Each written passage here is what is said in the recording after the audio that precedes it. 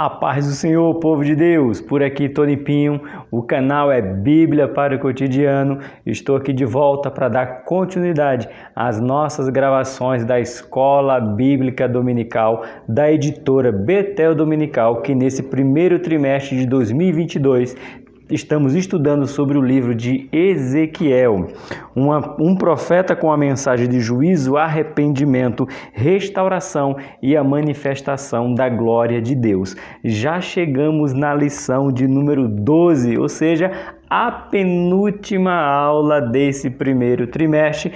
Que Deus nos abençoe, nos agraciou, aprendendo de sua palavra, os ensinamentos do livro de Ezequiel, colocando em prática nos dias atuais. Como foi rica esta lição, como foi maravilhoso aprender da palavra de Deus junto com você.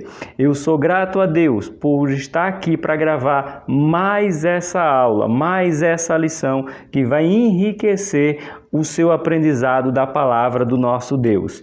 Se você tem a sua revista impressa, pega ela. Se você tem a sua Bíblia, um exemplar, pega ela aí também. Se você tiver os seus marca-textos, pega ele aí, para nós fazermos as nossas marcações, marcar aqueles versículos, aquelas passagens, aqueles textos que nos chamam a atenção para que a gente possa colocar em prática. Por aqui, Tony Pinho, o canal é Bíblia para o Cotidiano. Vamos crescer na graça e no conhecimento do nosso Senhor e Salvador Jesus Cristo.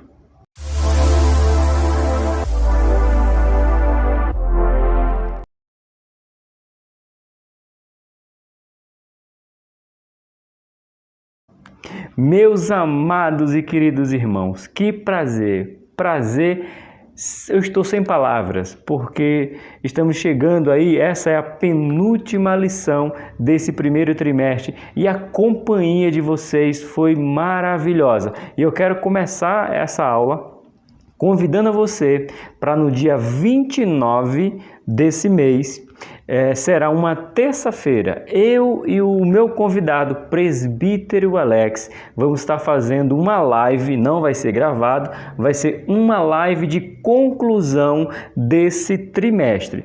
Se você não conhece o Alex, aí no canal aqui, no canal Bíblia para o Cotidiano, você vai ver alguns vídeos. Eu comecei esse projeto junto com o Alex, mas Alex teve os seus projetos pessoais na igreja do qual ele faz parte e teve que estudar. E o estudo do Alex, que era de segunda a sexta, todos os dias da semana, como você pode ver, em treinamento para o pastorado. Então o Alex não tinha como continuar gravando as aulas junto comigo, mas ele me deu essa oportunidade da gente fazer o encerramento, a conclusão desse trimestre, não somente da editora Betel, como também da editora CPAD. No dia 29 será a conclusão da editora CPAD. No dia 2 de abril, que aí sim é um sábado, vamos fazer a conclusão da editora Betel Dominical, que, como você sabe, que é o meu inscrito,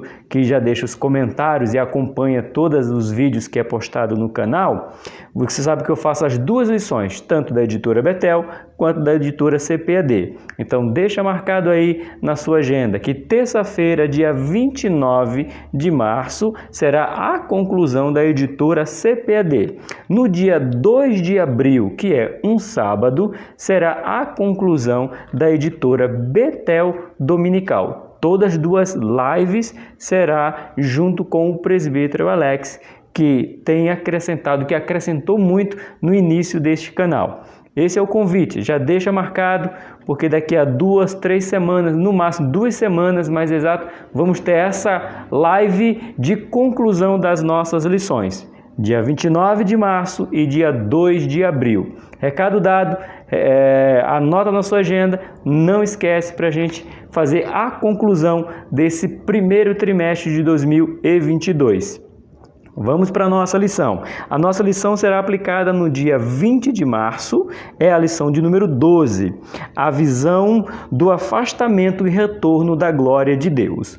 Se você não assistiu à lição anterior, a lição de número 11, você, depois que acabar esse vídeo, você assiste, porque lá vai falar um pouco sobre por que Deus se afastou do templo e por que Deus disse que ia retornar na reconstrução do templo.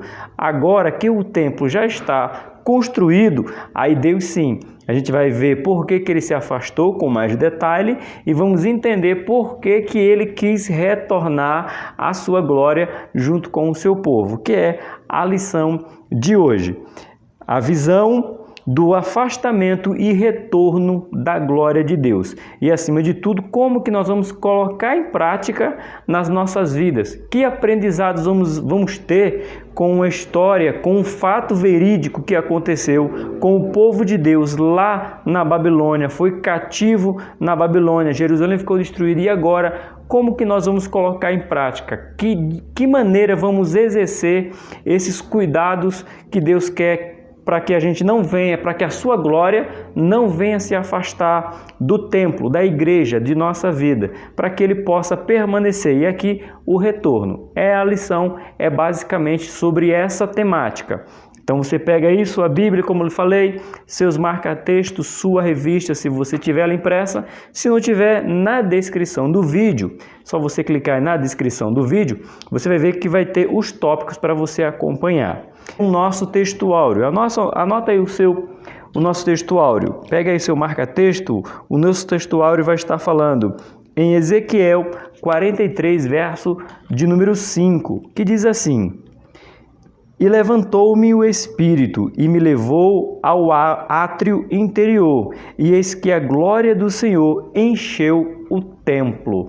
Então ele já começa dizendo que o Espírito levou ele ao átrio interior e lá ele viu a glória de Deus enchendo o templo. Por isso estamos falando o afastamento e o retorno da glória. Então Ezequiel, aqui no nosso textuário, já menciona Deus enchendo o templo de novo com a sua presença. Na nossa verdade aplicada, nós podemos aplicar em nossa vida esse aprendizado. Deus nos convoca a viver em santidade para que se cumpra em nós o propósito da nossa existência, relacionamento com Deus. Então, o que Deus quer com o ser humano? Isso aí foi desde Gênesis que nós estamos falando que Deus quer se relacionar com o ser humano. Então, aqui, quando Deus se afasta, é porque o povo não queria se relacionar com Deus, mas Deus quis se relacionar com o ser humano, com o seu povo, que voltou com a sua glória, trouxe de volta a sua glória, ou habitou de volta no templo lá em Jerusalém, com a glória dele sendo manifestada, como está dizendo aqui Ezequiel 43, verso 5, que o templo foi cheio com a glória do nosso Deus. O nosso texto de referência hoje está dividido em duas partes. Ezequiel, capítulo de número 11, se você quiser anotar aí, as duas referências.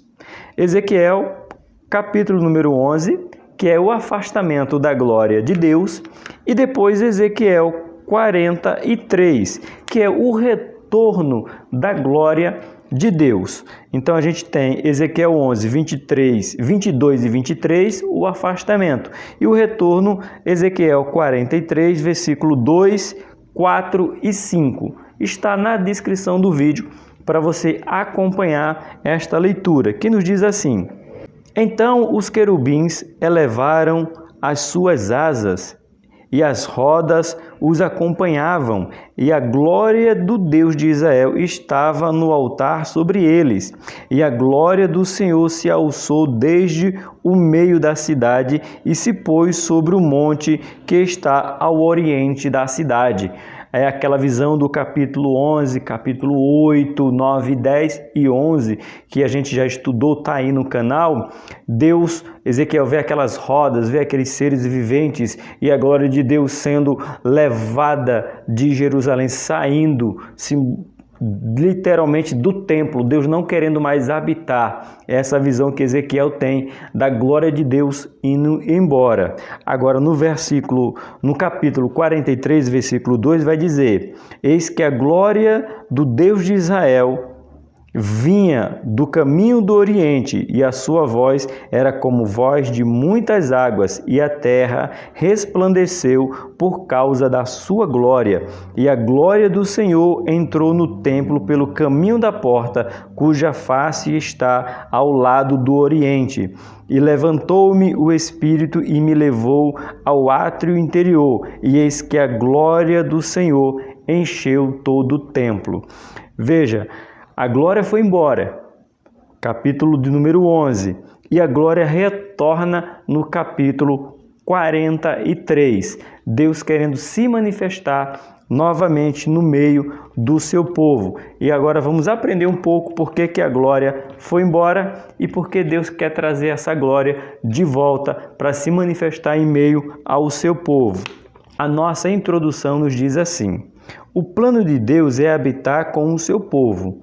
Para tanto, Deus revelou em sua palavra as diretrizes para nos aproximarmos dele, aquilo que não lhe agrada, e nos concede o seu Espírito Santo para que nos guie e capacite a viver agradavelmente diante dele.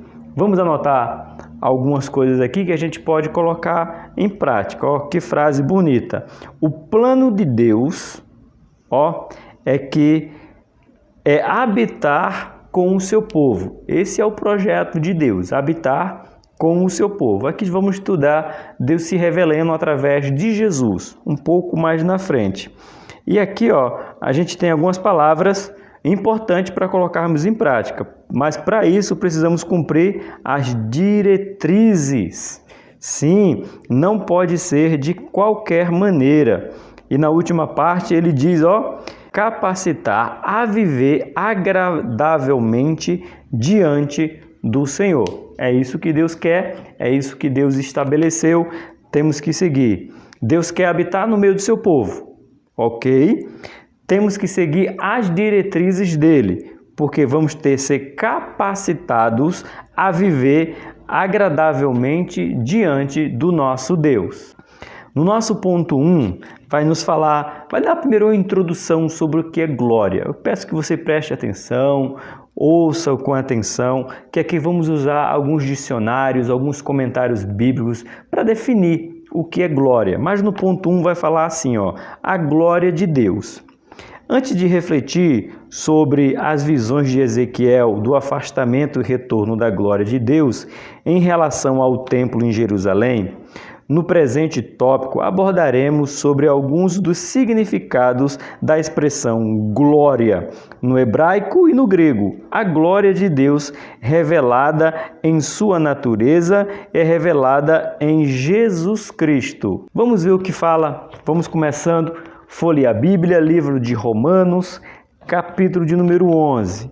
Vamos ver o que fala o livro de Romanos. Romanos, capítulo de número 11. Qual é o versículo? Versículo 36. Vamos folheando e vamos ver o que fala Romanos, capítulo 11, verso de 36. Porque dele e por ele e para ele são todas as coisas. Glória, pois a ele eternamente. Amém. Vamos anotar. Se você quiser anotar, eu vou repetir mais uma vez aqui para você, Porque dele e por ele e para ele são todas as coisas. Aí tem glória, pois a ele eternamente. Amém. É para ele, a glória é dele. Ele se manifesta em meio ao seu povo, porque nós damos glória a ele, porque lhe é de direito. No ponto 1 vai dizer glória, algum significado da expressão. Vamos ver aqui, a gente tem aqui o dicionário internacional de teologia do Antigo Testamento, o dicionário de James Strong, o dicionário Vine, entre outros. Há um único termo para expressar a ideia de glória. Não há um único termo para a gente falar glória. Quando a gente fala glória, pode ser de algumas maneiras diferentes, que é o que o escritor coloca aqui, eu faço questão de ler para você.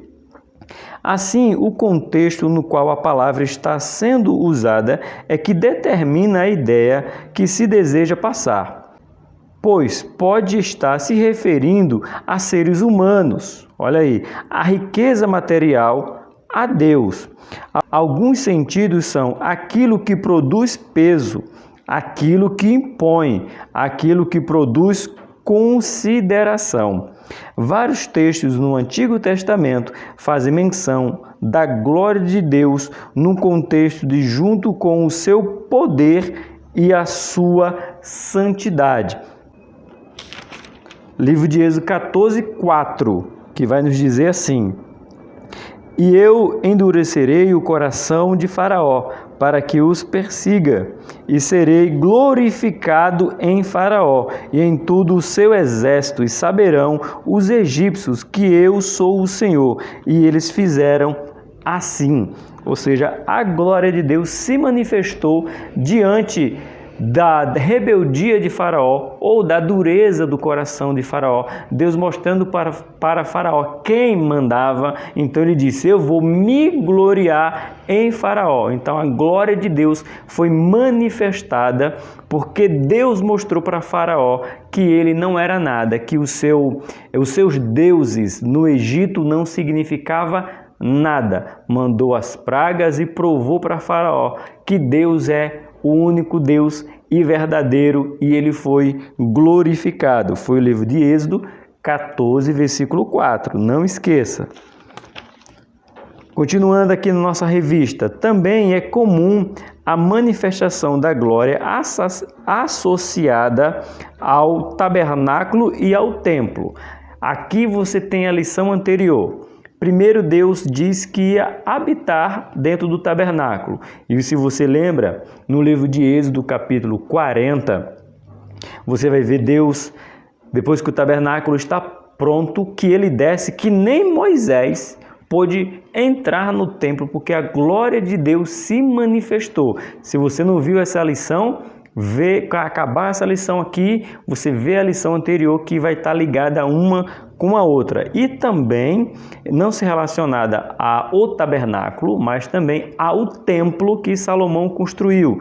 1 Reis 18, você vê Deus, depois que Salomão faz a oração de inauguração, o que acontece? A glória de Deus desce de uma maneira que também os sacerdotes não conseguem entrar para servir ao Senhor no templo, porque a glória foi manifestada. É a mesma visão que nós temos de Ezequiel 43, que ele diz que o templo estava cheio da glória de Deus. Então, a glória, referindo a Deus, também pode ser relacionada à sua presença no tabernáculo, no templo de Salomão e no templo restaurado de Ezequiel. É conhecimento, você anota. Mais uma vez te faço um pedido, se inscreve aqui no canal, aqui ó, nesse botãozinho vermelho, você pode clicar em se inscrever. Se você já é inscrito, aqui desse lado aqui ó, você tem o comentário, clica e deixa um comentário para que a gente possa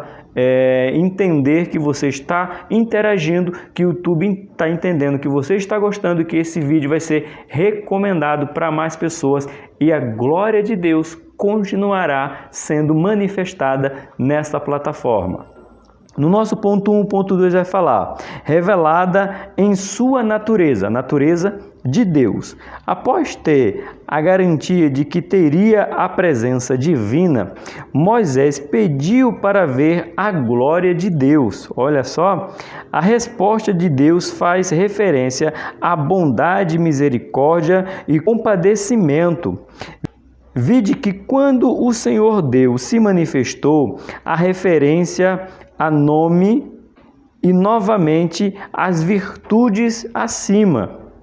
Isso é livro de Êxodo, capítulo 33. Moisés pede para ver a glória de Deus, para ver a manifestação de Deus. E Deus pede para que Moisés fique ali na brecha, né? É um termo muito assembleano, ficar na brecha. E Moisés viu apenas Deus passar. Deus se deixou ver por de trás, por de costa. Moisés estava vendo quando a glória de Deus ali passou e ele viu a grandiosidade do nosso Deus.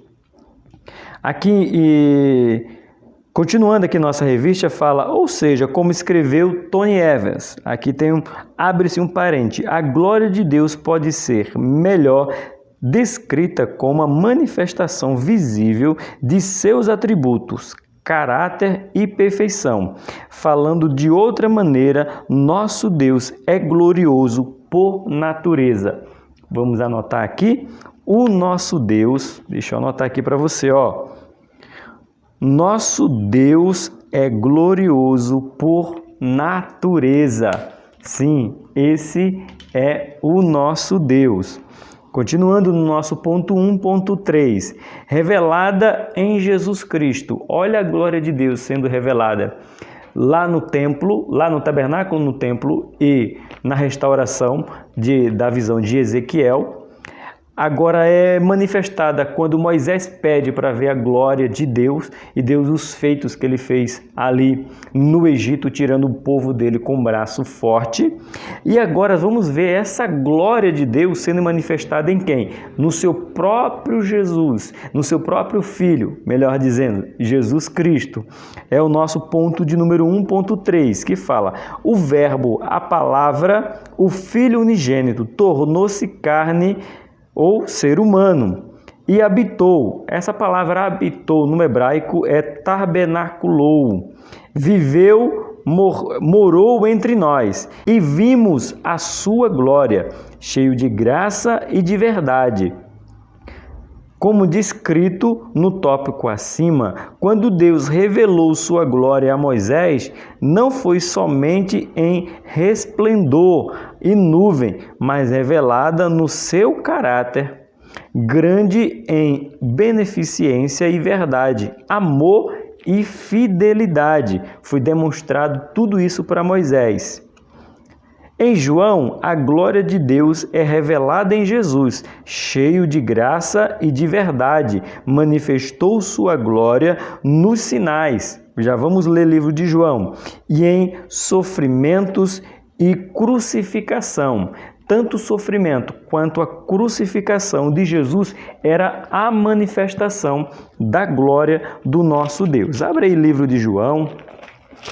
Vamos ver Deus se manifestando, livro de João, capítulo 1, verso de número 14, que nos diz assim: e o Verbo se fez carne e habitou entre nós, e vimos a sua glória. Vendo a glória de Jesus, estamos vendo a glória de Deus, como a glória do unigênito do Pai, cheio de graça e de verdade.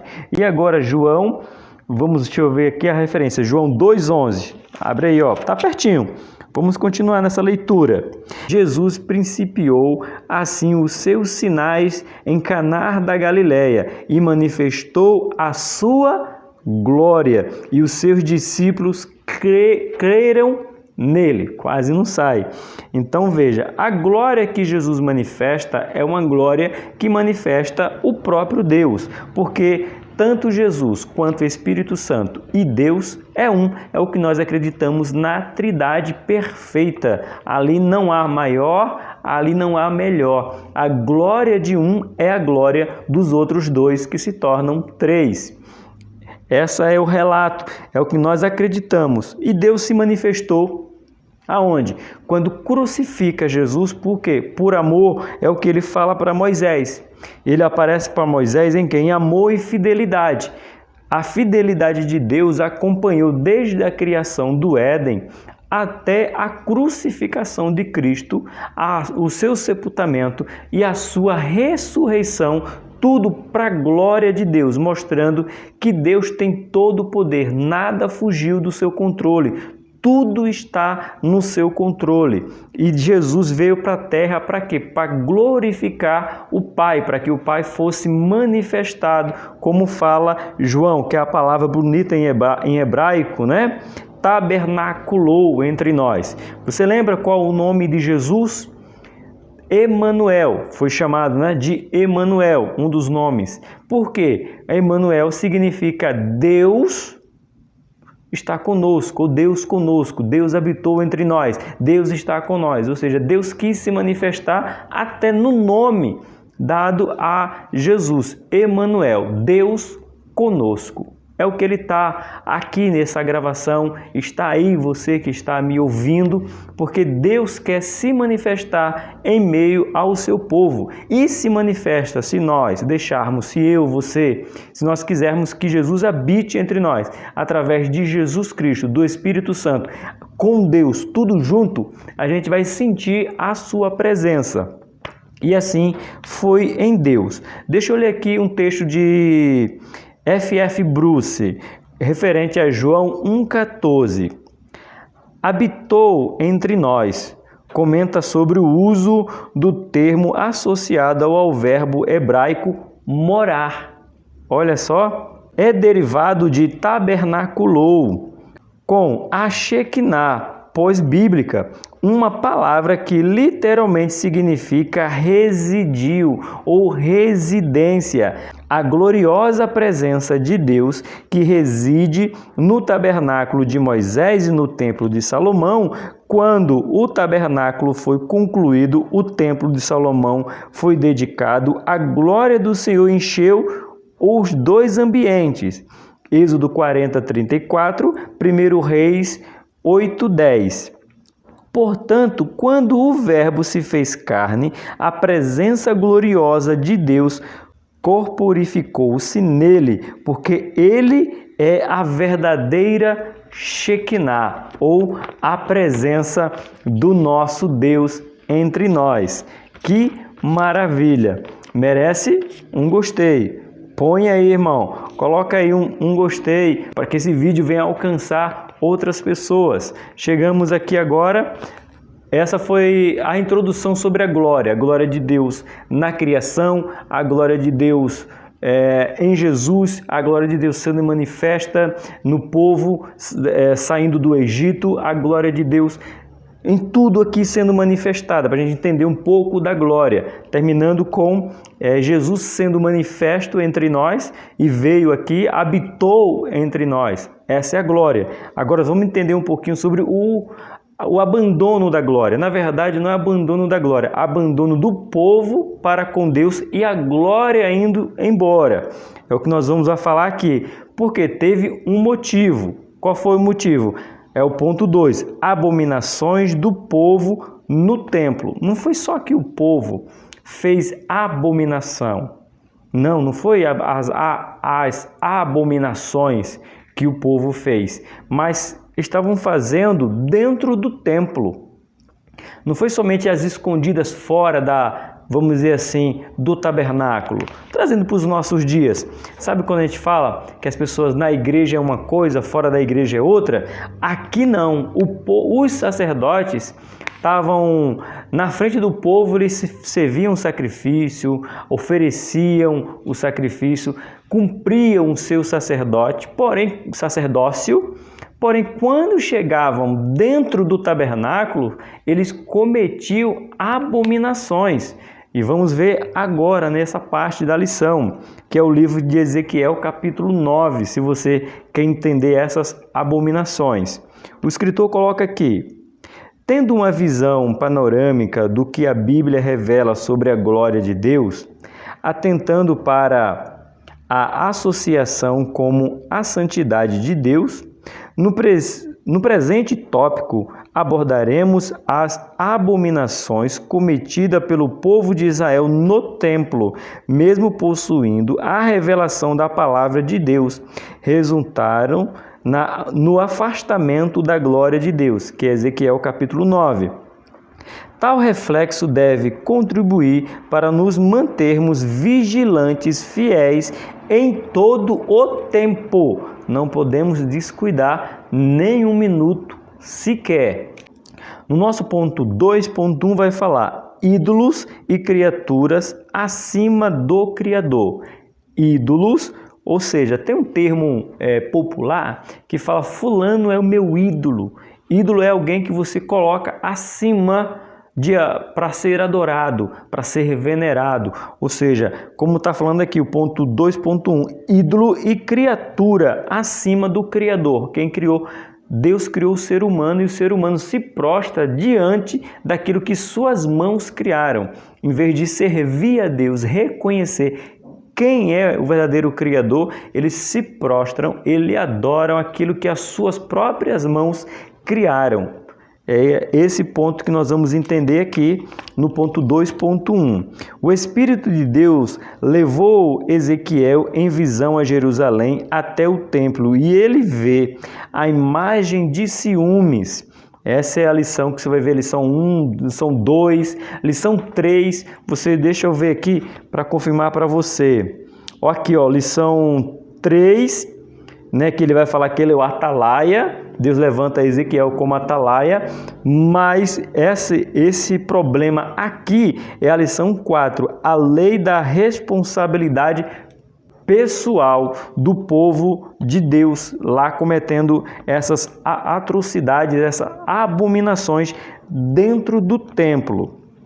Continuando aqui, é possível que seja a imagem colocada por Manassés. Você sabia que Manassés colocou uma imagem dentro do templo de Deus? Sim, se você pegar aí 2 Reis capítulo 21, exatamente o capítulo número 7, o próprio Manassés vai lá e coloca dentro do templo uma imagem. Isso aqui vamos falar um pouco mais para frente, mas já dá para começar a falar agora. É sincretismo religioso. Vou te explicar um pouco mais daqui a pouquinho, nesse ponto mesmo, o que significa secretismo religioso. Mas Manassés colocou uma imagem lá. Porém, veja o que aconteceu. Apesar de ter sido removida posteriormente, foi colocada, outro rei entra e tira. Mas essa briga deixa, não deixa, coloca, não coloca, fica, não fica, ela vai se prolongando. Isso é segundo Crônicas, capítulo 33, verso 15. Foi destruída por Josias e outros foi constituída, ou seja, Josias foi lá, tira essa abominação que Manassés coloca. Porém, vem outro período de reis, outros reinado vem ali, outros reis mesmo, a palavra é essa, vem outros reis, outros juízes e coloca outra abominação dentro do templo, ou seja, misturando aí, que é o sincretismo, é misturar as religiões. Ou seja, eles pegaram abominações, eles fizeram o quê? Os deuses do Egito, pegaram esses deuses, colocaram junto no templo de Deus. E eles achavam que Deus ficaria satisfeito, com essa mistura, com esse sincretismo. Aí a pergunta, e nos dias de hoje? Será que estamos misturando isso aqui dentro das nossas igrejas? Daqui a pouco a gente conversa um pouco mais. Vamos continuar aqui, ó. Foi destruída por Josias, como eu já li, e outra foi constituída. Foi destruído uma, colocado outra. Além da imagem, pinturas e répteis e animais em lugares escondidos no templo. Você acredita que os sacerdotes estavam enfeitando o templo, pintando o templo com imagem de répteis, imagem de criaturas, sim, dentro do templo? Ezequiel 8, do 6 ao 12. Visões que nos fazem lembrar sobre a possibilidade de haver ausência de ensino, firmeza e profundidade cristã, se adotar sincretismo religioso. Olha só, ídolos secretos e estabelecer no culto a criatura acima do Criador. Dentro do templo. Montone, professor, me ensina aí o que seria sincretismo nos dias de hoje. Por exemplo, tem uma coisa bem simples para você saber o que é o sincretismo. Tem igreja que faz a campanha do sal grosso. Isso aí é sincretismo. Esse aqui é um costume de uma religião que acredita que você precisa fazer o descarrego. E o descarrego é feito com o quê? Com o sal grosso nessa religião. Então algumas igrejas pegam o sal grosso e quer que você passe pelo sal, quer que você tome banho com o sal. Isso é sincretismo.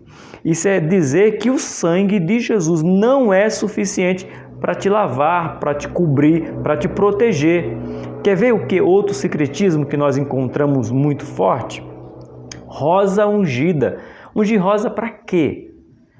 A nossa unção ela vem de Jesus Cristo, mas tem igreja que tem.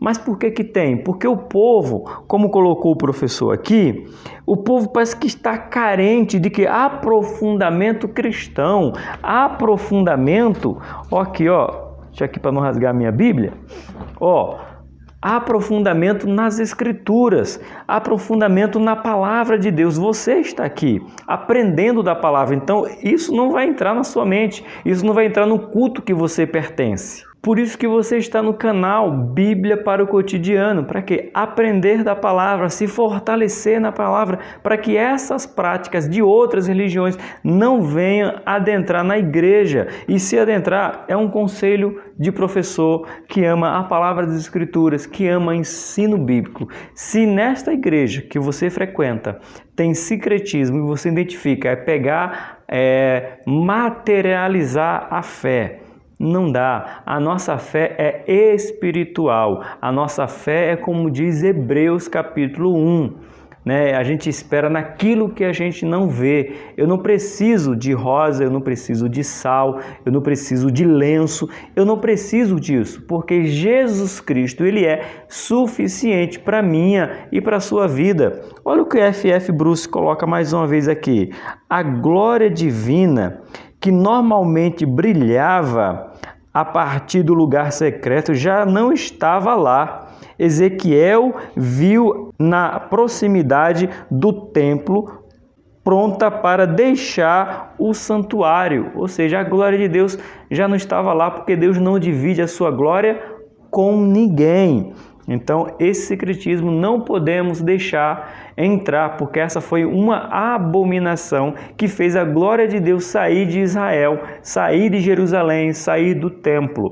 E se nós continuarmos com essas práticas, ou melhor, vamos corrigir a frase, se nós fizermos essas práticas, a glória de Deus se afastará dos nossos cultos, das nossas igrejas, das nossas reuniões que nós oferecemos. Nosso culto de adoração será um culto vazio, porque Deus não vai receber.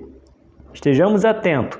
Essa foi a lição, esse foi o ponto número 2.1. Agora o 2.2. Interesse pessoal e material acima de tudo. Você já viu essas igrejas que prometem que se você pegar algo material, você vai receber uma bênção? Assim estava Israel. Eles estavam pensando em si próprio.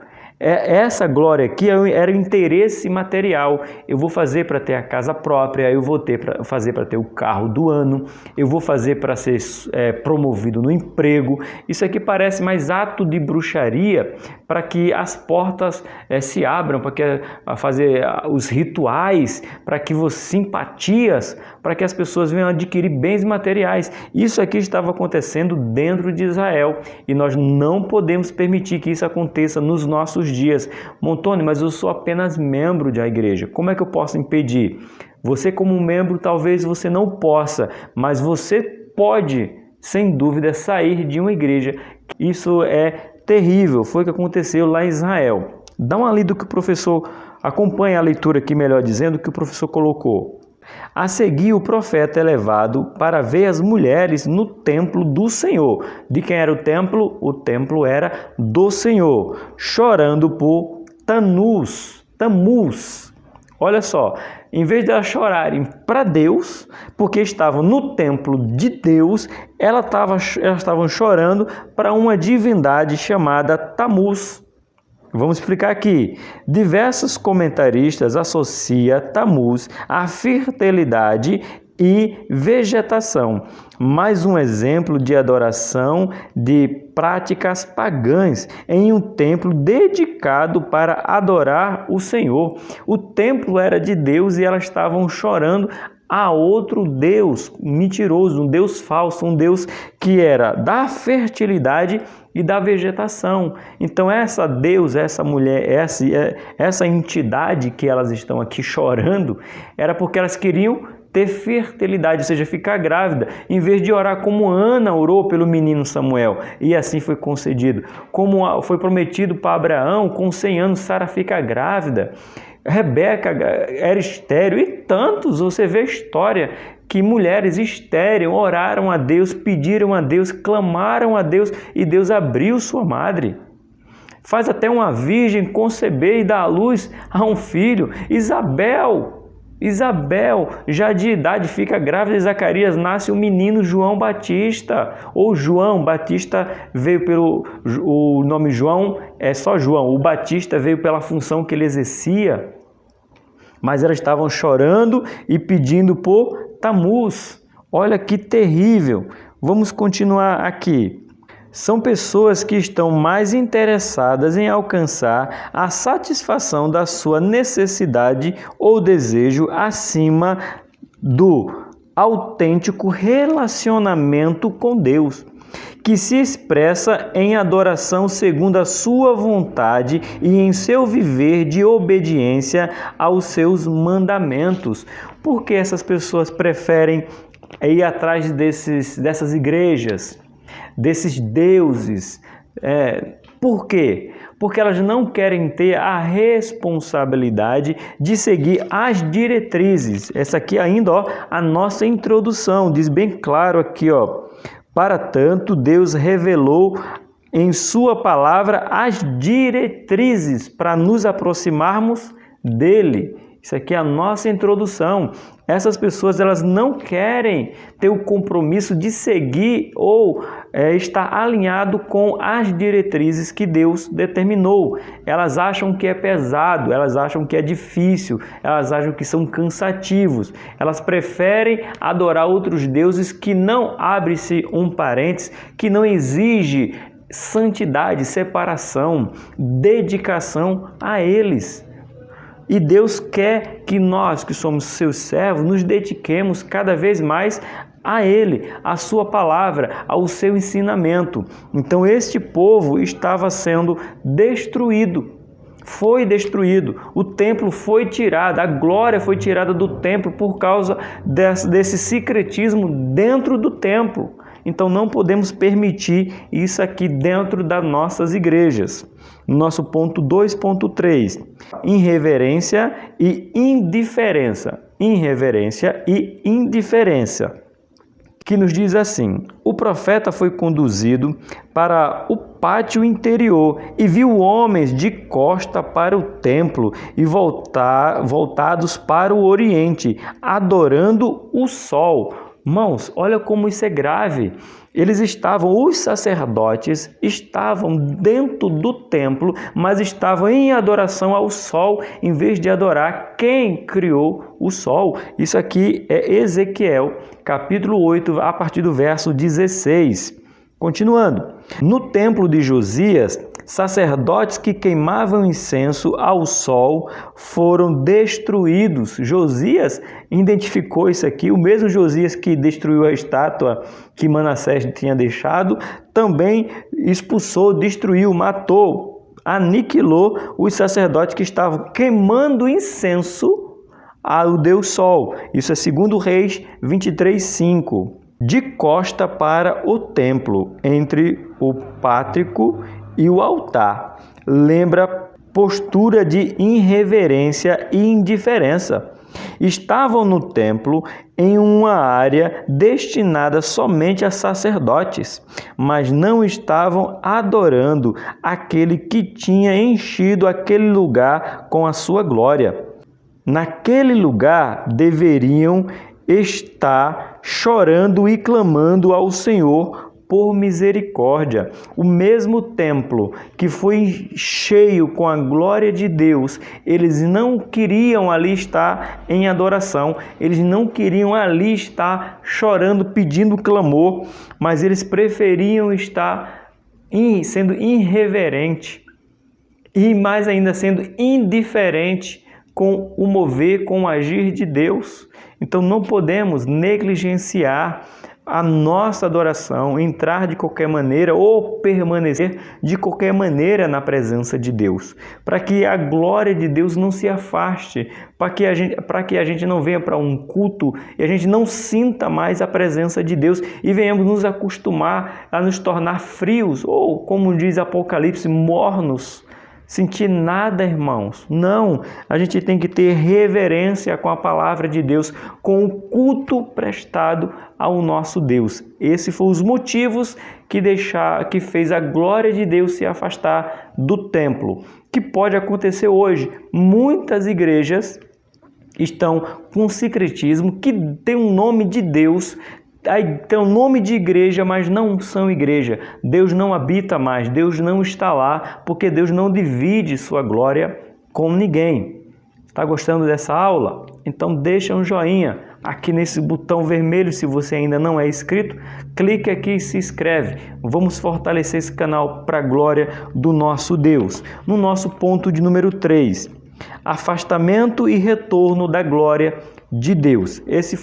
Essas foram as razões que a glória de Deus, por que a glória de Deus ia sair do templo, que você já viu. Aí o professor continua colocando aqui: tendo em vista as abominações que estavam sendo praticadas no templo, veremos que tais práticas resultaram no afastamento da glória de Deus. Porém, segundo o propósito divino, como visto na lição passada, tenho dado a ênfase para você ver, que é a construção do templo e Deus querendo habitar. Se você não viu ainda, você pode, assim que acabar essa aula, ver a aula anterior. Ezequiel também viu o retorno da glória de Deus ao templo restaurado e ouviu a voz: este é o lugar do meu trono e o lugar das plantas dos meus pés, onde habitarei no meio dos filhos de Israel. É lindo, irmão. Ezequiel 43, verso 7. Vamos anotar isso aqui, que quando Deus restituir o templo, que é a lição passada, ele faz um pronunciamento a Ezequiel, que diz bem aqui assim: este é o meu lugar do meu trono e o lugar das plantas dos meus pés, onde habitarei no meio dos filhos de Israel. Tem um detalhe: para sempre. Essa foi a promessa de Deus, que ele habitaria. O retorno da glória dele ia fazer com que ele habitasse para sempre no meio de Israel. 3.1. Afastamento da glória de Deus. Interessante notarmos que o afastamento da glória do Senhor ocorre aos poucos. Vou anotar mais uma vez. Tá aqui, ó. Interessante, anota aí que é importante, notarmos que o afastamento da glória do Senhor ocorreu aos poucos. Olha aqui, o escritor Daniel coloca aqui: ao invés de sair das esferas de menor para as de maior santidade, que deveria ser o povo, eles iam se santificando cada vez mais, cada vez mais, cada vez mais, cada vez mais. Aqui eles iam se afastando cada vez mais, ia ficando cada vez mais longe. Lembra a lição? Deixa eu ver que lição é aqui, para falar para você exatamente, que é uma lição linda, mas eu quero falar olhando para ela. Lição 10, ó. Depois você volta aí e dá uma olhada na lição de número 10, a visão da torrente das águas purificadoras. Por que você me levou a ver isso aqui, professor Tony? Porque lá Ezequiel foi como? Do mesmo jeito que o povo foi aqui se afastando cada vez mais, Deus querendo relacionamento com o povo e o povo ia se afastando cada vez mais. Aqui em Ezequiel, na lição de número 10, é o contrário. Deus manda o anjo lá, ou o homem, a visão de um homem, e ele vai entrando na água até o tornozelo, depois entra um pouco mais, se aprofunda um pouco mais, vai até o joelho, daqui a pouco está no ombro e Ezequiel não consegue mais andar naquele rio, porque era rio profundo. E a gente aplica esse ensinamento de que maneira?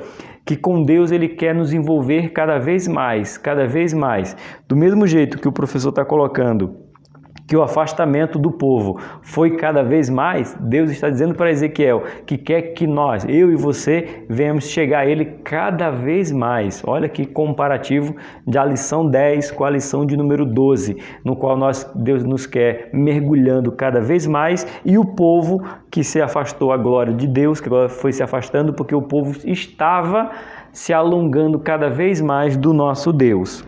Continuando aqui, do professor, né, Daniel, ele continuando que eu coloquei para você, né, ao invés de sair do afastamento menor para as de maior santidade, a glória divina parte das esferas de maior para ser menor santidade. Olha aí, sair do Santo dos Santos para o linear da entrada do templo, porque o templo, já expliquei para você, o templo é dividido em 3 partes.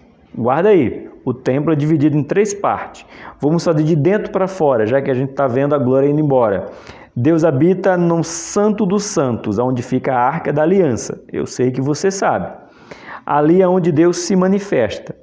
O Santo dos Santos, ou o lugar santíssimo. Depois do Santo dos Santos, nós temos o lugar chamado Santo, o lugar santo. Ali no lugar santo, a gente tem o candelabro, nós temos a mesa dos pães e a mesa do incensário. Então, imagina Deus saindo, é essa ideia que você tem que imaginar, a glória se afastando, saindo do Santo dos Santos, indo para o lugar santo. E aí chega no pátio do templo. No pátio do templo nós temos 2 objetos principais. O primeiro, na porta do templo, nós temos o lavatório, ou a pia para lavar as mãos. E depois nós temos o altar de sacrifício. E depois, esse é o pátio. E depois do pátio nós temos a porta e, vamos dizer assim, a rua. Então Deus saiu do Santo dos Santos, saiu do lugar santo, foi para o pátio, e do pátio a glória de Deus se saiu de todo o templo, não quis fazer mais parte, porque não divide a sua glória com ninguém. Continuando, da entrada do templo, a carruagem do trono, estacionada à entrada oriental do templo, do portão oriental para o meio da cidade, e do meio da cidade para os montes ao oriente da cidade. As iniquidades separam o homem do relacionamento com Deus. Aqui ele vê ainda saindo do meio do povo, saindo da cidade, foi para o monte e foi embora. Abre sua Bíblia aí, rapidinho, no livro do profeta Isaías. Eu quero aí parabenizar os inscritos do canal, que eu fiz uma enquete aqui no canal, perguntando quem eram os profetas contemporâneos de Ezequiel. E todos os meus alunos aí, parabéns, nota 10 para vocês, responderam, né? Daniel e Jeremias, né? Eles responderam que quem era contemporâneo de Ezequiel era Daniel e Jeremias. Então, parabéns para você que participou da enquete e respondeu certo, 100% de acerto dos meus alunos aqui no canal Bíblia para o Cotidiano. Mas vamos ver Deus se afastando do homem. Por que Deus se afasta do homem? Que nos diz assim: eis que a mão do Senhor não está encolhida para que não possa salvar, nem os seus ouvidos agravados para que não possa ouvir. Ou seja, Deus não está com a sua mão encolhida para que não possa salvar a mim e a você e todos aqueles que pedem socorro para Ele. E que os seus ouvidos não estão agravados ou tapados, surdo, para que Ele não possa ouvir o nosso pedido de socorro. Porém, no entanto, portanto, no versículo número 2 de Isaías 59 vai nos dizer: mas as vossas iniquidades fazem divisão entre vós e o vosso Deus, e os vossos pecados encobrem o seu rosto de vós, para que não os ouça. Ou seja, a iniquidade é a única coisa que pode me afastar do relacionamento real com o nosso Deus, o meu Deus e o seu Deus. Isaías 59, 1 e 2. No nosso ponto 3.2, o retorno da glória. Que maravilha! O retorno da glória. Após a visão do novo templo, que é a lição de número 11, a glória do Deus de Israel vem pelo caminho do Oriente. Do mesmo jeito que ela foi, ela volta. Lembramos que o profeta já tinha visto que estava sobre o monte, ao oriente da cidade, e entrou no templo. Tal descrição lembra Êxodo 40:34 e 1 Reis 18:8-11. Glorifiquemos ao Senhor, pois Ele continua interessado em operar restauração no relacionamento com todos os seres humanos. Salmo 51, 11 e 12. Vamos ver esse salmo? Eu não ia ler aqui não, mas eu lembrei que salmo é esse, quando falou Salmo 51, e ele é maravilhoso. É o verso de número 11 e o verso de número 12, que diz assim: Não me lance fora da tua presença, e não retires de mim o teu Espírito Santo. 12. Torna-me dar-me a alegria da tua salvação e sustenta-me com o teu espírito voluntário. Eu não tenho anotado ainda, mas vou anotar agora. Se eu fosse você, faria o mesmo. Livro de Salmos 51, o verso de número 11 e o verso de número 12. Vamos ler novamente. Não me lance fora da tua presença e não retires de mim o teu Espírito Santo. Torna a dar-me a alegria da tua salvação e sustenta-me com o espírito voluntário. É a declaração maravilhosa desse salmo, que nós entendemos Deus querendo habitar no meio do ser humano, no meio do povo, no meio do povo que ele chama pelo seu nome. E aí nós temos essa manifestação maravilhosa do salmista. Continuando em nossa revista, é significativo que o último livro da Bíblia, consequentemente antes da vinda de Jesus Cristo, registra que nascerá o sol da justiça e a salvação brilhará. Que livro é esse que o comentarista está colocando aqui? O último livro antes da vinda de Jesus. Então a gente vai ter que abrir Malaquias capítulo 4, verso de número 2. Mas para vós que temeis o meu nome, olha a última profecia antes de vir o Messias. Para vocês que temem o meu nome, o nome de Deus, nascerá o sol da justiça e salvação terá debaixo de suas asas. Foi isso que ele veio trazer, salvação. Mas para isso há uma condicional para o sol da justiça brilhar. Temos que temer o nome do nosso Deus. Isso aqui foi antes do nascimento, antes da vinda de Jesus. Chegamos no nosso ponto 3.3. Estamos caminhando para o final, irmão. 3.3. Impacto e resultado no povo de Deus. E resultado de quê? Do retorno da glória. Tem uma consequência, tem um impacto, tem algo de bom sobre o retorno. Vamos ver agora. Após enfatizar a estrutura do templo em Ezequiel 40, que foi a lição que nós já tivemos, a lição anterior, a volta da glória de Deus, no tópico anterior já falamos, agora a visão vai focar a conduta do povo e dos seus descendentes, considerando que Deus está no meio do seu povo. A mensagem enfatiza lançar fora tudo que contamina. A lei do templo está intimamente ligada à santificação.